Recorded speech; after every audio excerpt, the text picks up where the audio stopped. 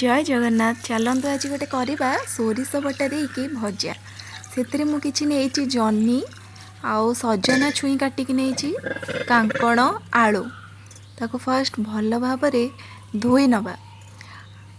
धोई सारा पर ताको कौन करवा ना आमर प्रिपरेशन करवा। चलतु मसला बेसर बेसर नहीं कि पियाज कंचा लंका आउ 5-6टा खंडे कि 7टा रसुणर कोला ता सहित नहीं सोरिष। चलतु एबे ताको ग्राइंड करनवा। ग्राइंड कर सारा पर कड़े बसैवा से किसी सोरिष तेल नहीं आपणकर जहाँ इच्छा पकई पारे कि मत सोरिष तेल भल लगे। तापर नहीं कि फुटण पकईकी काटी रखि परिवा को टिके समय भाजी नवा। से देली हलदी आउ किछि लूण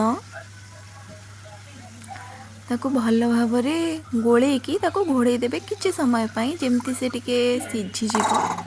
तापर देइछि सोरिष जो आमे बाटिकी रखिथिले ताको देइछि आउ किछि पियाज ताको एमती काटिकी देइछि आउ लंका देकी ताको भाजिकी भल भाव तापरे देइछि। देखंतु आपनको जदि भल लागिथिबो ए रेसिपीटा निश्चिंत ट्राए करंतु।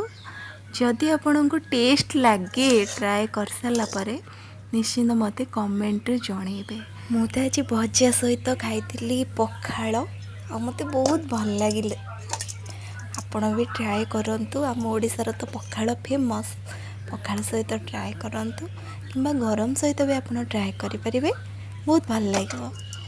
थरे भी ट्राए करके देखंतु। जदि रेसिपीटी आपको भल लगी थाए ताले मते निश्चिंत कमेंट रे जणेबे। रहिली जय जगन्नाथ।